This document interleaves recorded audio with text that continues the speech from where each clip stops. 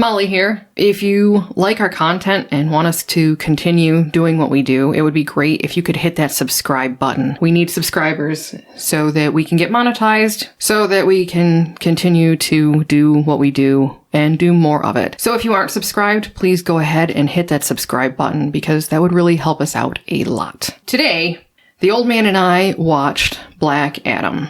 Yeah, we watched it. I think it's on HBO Max for a month, I think. I think that's how they usually do their releases as far as after theater. I have mixed feelings about this movie. It wasn't as bad as everybody made it out to be. No, in fact, the first, half hour, 40 minutes, I thought it was going to go somewhere quite interesting. They set up when they were going through that rune, and it was sort of like an Indiana Jones, or as we were joking because The Rock was in The Scorpion King, it was kind of like The Mummy when they were going through that rune and they were trying to look for that crown. It was grounded in like a reality. So I was actually enjoying what we were watching. And even when Black Adam was released, it still mostly was okay. Once they started with all their CGI fighting and stuff, it just looked so unnatural and it looked like a video game. Yeah, even that I could overlook, though. For me, where the film went wrong was when that Justice Society showed up, when they brought in Amanda Waller and all of that nonsense. It just felt really like this could have been a great film if they had actually taken the subject matter seriously. And there were jokes. They kept injecting humor into this whole film, and every single joke failed for me. I think there was only one joke I laughed at when the guy was taking on these zombie things, and he's like, well, I was told that I would die because of electricity, so he felt he was safe. I did kind of chuckle at that. But every other joke they were throwing at the screen landed flat. Yeah. And I agree with you. Why don't you just take this seriously? Because there was some good stuff here. If they just would have, in my opinion, I'm not familiar with the comic material, so this is just by looking at this based on what they put on the screen. As a film. Yes. Yeah. If they just would have concentrated on that city and Black Adam and that inner gang that was occupying that city, I think this could have been a really interesting film, grounding it more on Black Adam. Yeah. And the struggle that started back when he was first alive. About, his city or nation. I mean, I guess that would be a city-state in this case, it looked like. Wanting to be free. And it could have been really good. I mean, there were parts of this film that I really enjoyed. And I'm like, this could go somewhere interesting beyond a popcorn-munching superhero film. But they never realized that. They got close to it at points. Like, there was a time when there was this debate about whether the lady should have listened to the Justice Society or Black Adam. And she correctly pointed out, I don't even know who you people are. We've been under oppression for like 30 years and you are nowhere to be found. And now you just come in here and try to tell us what to do. Yeah, all in the the name of world stability. Yeah. And it's like, really? So keeping these people oppressed is more important to world stability than their freedom? I mean, that just seemed like bullshit to me. One of the things that bothered me about this was the very simplistic thinking of some of the characters from the Justice Society. I mean, Amanda Waller, we know what she is. We've seen her before. She's just an all-around horrible person who does horrible things in the name of preserving the earth. That's just who she is. To her, the ends justify the means. The Justice Society, they seemed like a bunch of C-listers who were practically buffoons. Their leader, his black and white thinking, there was no, oh my God, and I hate to say this, there was no nuance. It's like, for him, it was his way or the highway, and he went in there looking to use brute strength against Black Adam to force him to capitulate. And, ooh, look how that turned out. Anybody could have told him how that was going to turn out. The film didn't need to be about the conflict between the Justice Society and Black Adam. This should have been the story of Black Adam and the freedom of his people that had been denied for thousands of years. Yeah, and that would have been a really good movie. Because what it turned into, and I made this joke with you as we were watching it, when the kid was talking to Black Adam and he tried to give the Black Adam a catchphrase, it reminded me of Terminator 2. Yes. When John Connor was trying to humanize the Terminator. it was so cringy when they did that. But there was some good stuff in here. At the beginning there, like when The Rock wasn't trying to play a joke and he had that stern look on his face, he was scary. And when he first came out of the tomb and he had that hood on and that robe all over him, he looked scary and menacing. They had so much potential here to do something good. And I think a lot of that has to do with not the CGI. It's just The Rock himself is an intimidating looking dude. So when they had him dressed up in an outfit that was spooky or scary, it worked. I mean, they could have done something with this, but all we ended up with was a bunch of Terminator 2 humor and a bunch of video game horrible CGI fighting. It's a shame because I was on board with this movie. I was probably still on board for like the first hour, even though that's when the Justice Society and that stuff started, which, by the way, reminded me of the CW show Legends of Tomorrow. Just, I don't know. There was a vibe there. Yeah.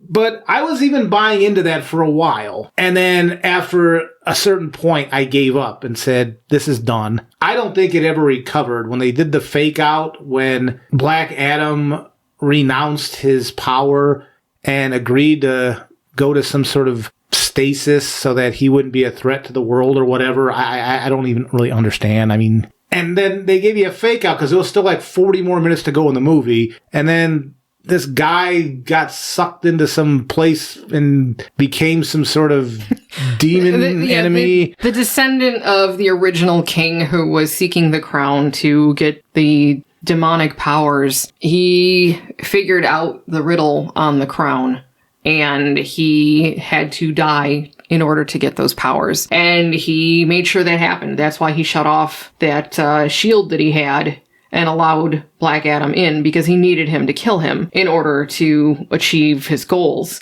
It's such a shame because when that happened, I mean, a lot of the main story was lost to just all this fighting.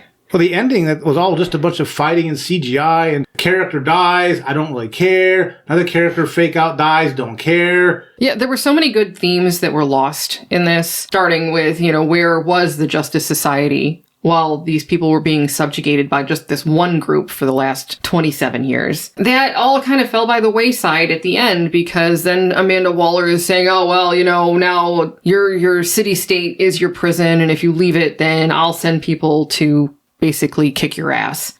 Then you see Superman show up. Henry Cavill Superman. And that's when it really hit me why it was necessary to say that Henry Cavill is no longer going to be playing Superman. Because the Superman who showed up isn't the Superman we need in a situation like this. Because that Superman, he is going to force his will on people through brute strength and threats. It reminded me a lot of the Frank Miller Batman series, where you find out that Superman was a tool of Ronald Reagan.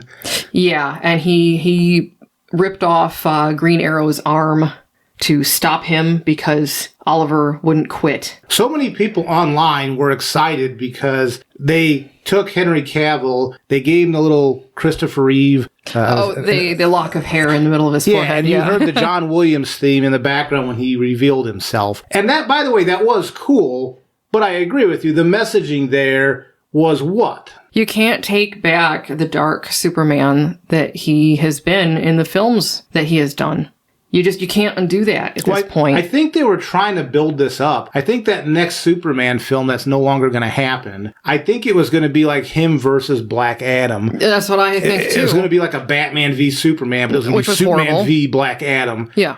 I can see why they're resetting the DC cinematic universe, because they painted themselves in a corner here. There was an opportunity if Black Adam here would have stayed in his own city-state here and just worried about freeing his people, not brought in these other superheroes, just grounded it in a reality that would be more accustomed to a serious film.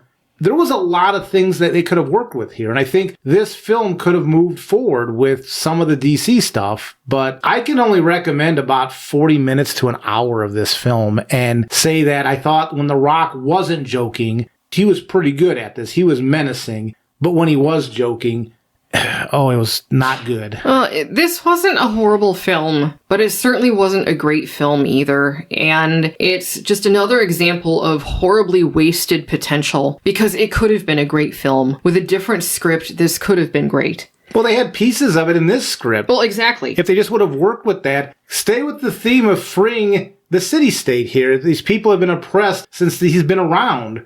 Stick with that. Maybe the comic covered all this Justice Society and everything else. All I can say is in this film, it didn't work at all. But I was getting into the beginning of the film, and even his philosophy on stuff, Black Adam's philosophy of, I don't have a problem with violence if it frees my people. He was very focused on things. We can't have that idea being out there and being okay. That's true. And we all know why. That's true.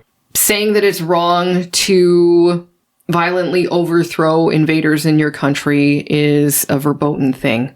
So they can't just come right out and make a film where that's okay. But they should have done that. This would have been a subversive gem if they would have done that. But they never would have been able to get that out there. And if they had, they wouldn't have been able to make another film ever again. Well, they're not going to anyway. Yeah. I would have. So I'm making this subversive film. If it's a one and done, so be it.